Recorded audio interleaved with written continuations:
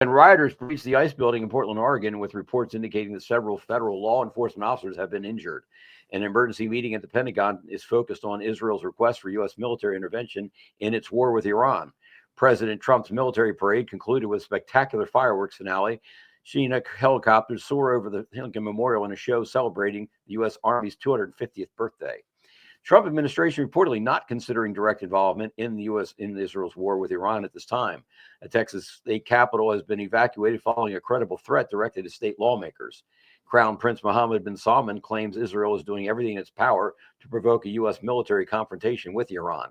The suspect in the shooting of Democratic lawmakers in Minnesota was found with a hit list containing nearly 70 names targeting abortion providers, pro-choice activists, and elected officials. Iran warns that fighting will soon expand to include the U.S. military bases across the region. The No Kings protest in Hollywood, Florida has been canceled due to low turnout. 2 Minnesota lawmakers shot by suspects disguised as police officers. Woman arrested after authorities allegedly found 25 illegal immigrants in the back of her truck. ICE agents swarmed protesters with tasers after demonstrators shake gates and block vehicles outside the Delaney Hawk Detention Center in Newark, New Jersey. Israel is launching repeated strikes on Iran's Supreme Leader Khomeini's compound in an apparent assassination attempt. Israel says it will now use its weapons to target Iranian civilians. The U.S. military is now taking part in a fight against Iran's assault on Israel. Several Iranian ballistic missiles have struck Tel Aviv. George Soros and Nevin Shahram have been summoned to testify before Congress over claims they funded violence at an anti-ICE protest in Los Angeles, according to Representative Anna Paulina Luna. The governor of Missouri has declared a state of emergency and activated the National Guard in response to the nationwide anti-ICE riots and uprisings. Israeli officials alleged President Trump approved the strike on Iran and coordinated it with U.S. forces, claiming earlier reports that he blocked the attack or were part of a deliberate effort to mislead Iran. U.S. military warplanes have departed Qatar and are now en route to Israel. And let's start talking about physics of silver money. Let's get back into this. Bars and rounds are not money. We need to be looking at what actually money is of your country, and that's called coin of the realm. Good morning, folks, and welcome. I want to take this opportunity to welcome you all and take us on a journey that bridges two seemingly distant worlds, physics and money. We often hear about economics in debate and about inflation rates, GDP, interest rates, and balance sheets, but few ever stop to ask a deeper question. What is money, really? Not just as a social contract or a decree, but is something rooted in reality, in nature. So this morning's broadcast is entitled The Physics of Silver Money. Let's begin with this. Silver is a natural element, atomic number 47. It exists not because a banker says it should, but because the creator placed it into the periodic table at the foundation of the universe. It wasn't voted into existence. It can't be replicated with ink or keystrokes. It is matter. It is finite. It's a truth in metallic form. In a world of illusions where money can be conjured from nothing and diluted at will, silver stands as a stubborn fact, a monetary truth bomb that refuses to vanish. So let's talk properties. Electrical conductivity. Silver is the most conductive metal on Earth. That's not an opinion. That's physics. When energy moves, it wants to move through silver. That's why it powers satellites, solar panels, military-grade electronics, and medical devices. You can't run the future without it. Let's talk about reflectivity. Silver reflects light better than any other substance. That's why it's used in mirrors and high-tech optics. But there's poetry in that. Silver reflects reality. Unlike fiat currency, it doesn't lie. It doesn't overpromise. It doesn't inflate itself into worthlessness. Let's talk about thermal conductivity. Silver moves heat more efficiently than any other element, period. And folks, in a world where monetary systems are starting to overheat, silver offers the perfect conduit to transfer value from this melting system into the next. Now let's introduce the foundational laws. The second law of thermodynamics, entropy. Systems decay, energy dissipates, disorder increases over time. This is exactly what happens to fiat currencies. They decay, they rot, they self-destruct through overprinting and misuse. That's entropy in motion. But silver resists this decay. It doesn't rust like iron. It doesn't evaporate like confidence in the Fed. It doesn't degrade like paper currency. It holds its integrity across centuries. Let's also touch on mass and density. When you hold a silver coin, you say a pre-1965 coin, in your hand, a dime, you feel weight, you feel presence, you feel value, you feel history. Now compare that to a digital number on a bank account. Something can vanish with a flip of a switch, a cyber attack, or a policy decision.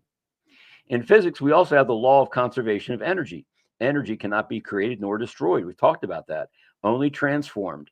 The same should be true for wealth. You shouldn't be able to just print value. Real money is earned, it's mined, it's minted, it's measured. And silver, it obeys that law. It holds value precisely because it costs energy to produce. That's labor, that's time, fuel, risk, manager, and machinery, all baked into 1/8 in every ounce. And here's another principle: monetary gravity. Just as gravity pulls everything back to Earth, economic systems eventually get pulled back to real value. Honest weights and measures. When fiat fails, which they always do, 100%, when confidence erodes, when digital bubbles pop, guess what humanity turns to? Time and time again, silver. Always has and always will. And then there's resonance, a principle in physics where systems vibrate at natural frequencies. Certain materials sing when struck. Well, silver resonates with a human history, with freedom, with trade, with justice. It's been used as money in every great generation and every great civilization, from the Greek drachma, which actually means silver, do the etymological research on that, to the Roman denarii, which also means silver, to the Spanish real, which means silver, to the US dollar, which was originally thaler, which means silver, before 1965. Silver is civilization's tuning fork. Why did our founders inscribe the Constitution with a command that only gold and silver shall be legal tender? Because they understood the physics of value. They knew that fake money leads to real tyranny. So let's close with this experiment. Imagine you're an alien on observing Earth. You see a species that prints colorful paper and calls it wealth. You see digits on screens moving at the speed of light. Billions created in seconds by central banks. And then you notice the real wealth, the silver buried in the vaults, tucked in the coin tubes, resting in the pockets of wise stackers, is ignored by the media, the banks, and the financial elites. Who's out of touch? Who's out of touch? The one stacking atomic element 47 or the one hoarding IOUs backed by nothing? Who's the wiser? Who's smarter? Folks, the physics doesn't lie. Silver is not a relic. It's not an investment. It's not even a hedge. It's money in its purest form and its most honest form because it's routed in immutable laws of the universe. When the systems collapse, when truths tested, and when illusions fell away, silver remains. So today, as we stack with purpose, not just to protect our wealth, but to honor the natural laws that govern everything from stardust to coins, let's keep stacking, keep learning, and remember, in a world full of man-made lies, silver obeys the law of God and physics. Woke up to the news of the big Israeli attack on Iran. But to be honest, if I think about it hard, it doesn't really change very much. What's really happening is that the owners of the United States of America Corporation have not been able to get enough gold to prevent their bankruptcy. This is the real story. They were trying to get Iran to hand over the Persian gold, the legendary gold of the Persian Empire, to help keep their corporation going, because at the highest level of international finance, they don't accept paper. They accept only things that really exist, and the people controlling that entire fake Zionist show in Washington, D.C. and in Tel Aviv are being isolated by the international community. Now remember, this has never been about Iran getting nuclear weapons.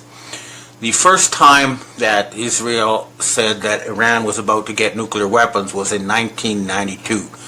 They'd said they'd have it in a couple years, and that was 33 years ago. And then since then they've been saying they're gonna get it in a few months.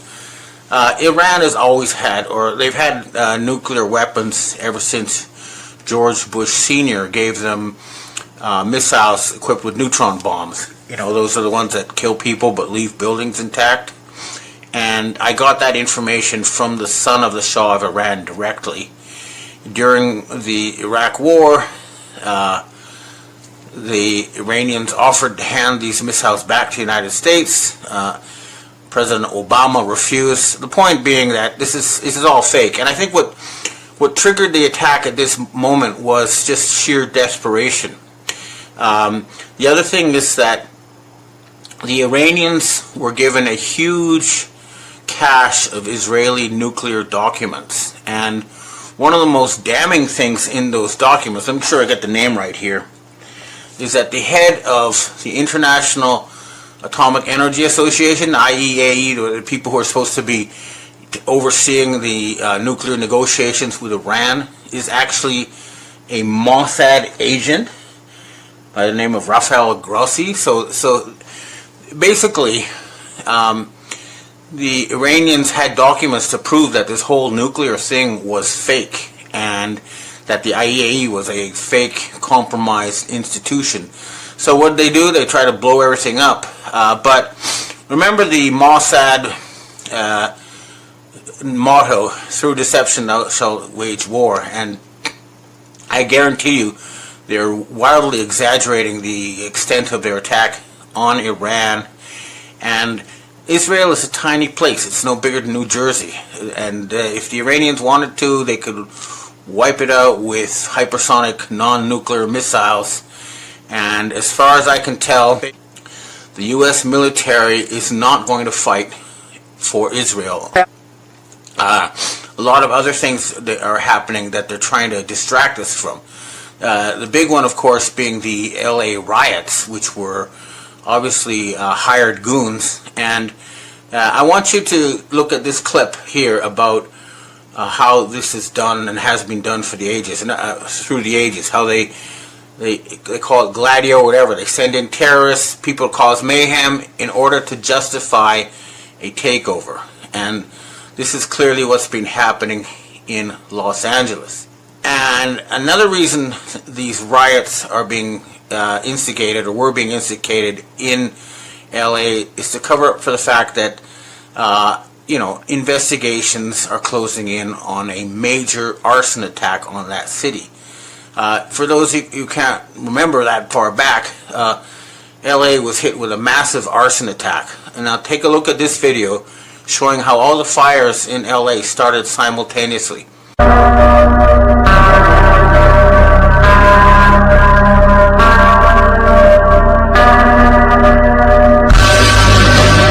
This was not some kind of act of nature. This was deliberate sabotage. So these criminals are cornered, they're dangerous, they're trying all sorts of things that have failed. The United States corporation needs to be bankrupted and replaced with something new. That process is underway. There are negotiations taking place behind the scenes, and I am involved in those negotiations, but hopefully this entire Zionist nightmare will end soon. But you can tell Israel really is over this time, because none of their allies have supported this attack. Even the U.S. officially is not supporting this attack. There are bribed and compromised elements in the U.S., especially CENTCOM, who might go along with this, but overall the U.S. military understands that their job is to defend the United States, not the criminal regime of Israel. So it really does look like an end game for that whole country, and a lot of other things will be happening. There was an airplane crash in India, and my sources say that 2 British agents on board that plane who had compromising material on the Bilderberg people meeting this weekend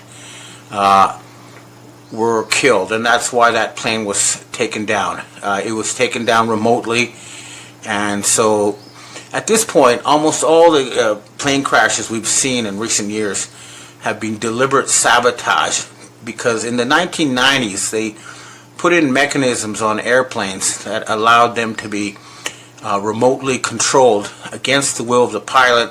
The idea was to stop hijacking, but it's been badly abused. And my view is that a criminal investigation should be opened against the Boeing Corporation to find out who has been using this remote control to carry out mass murder. This should not be allowed.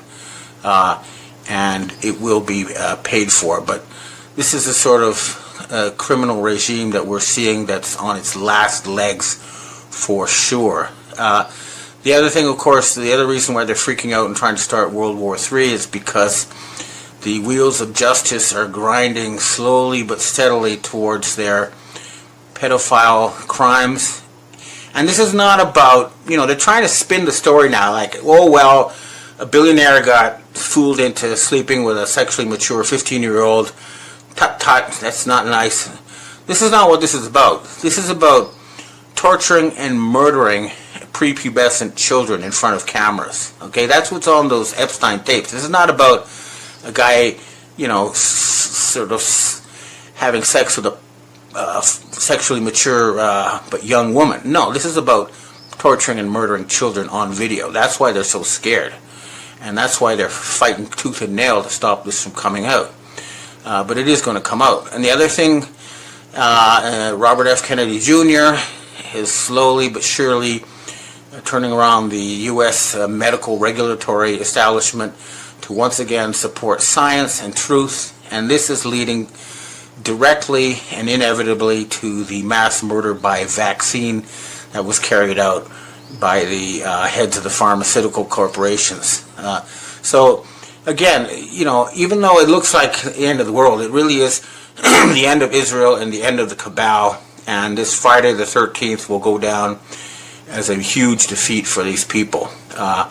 Events will prove this. You watch and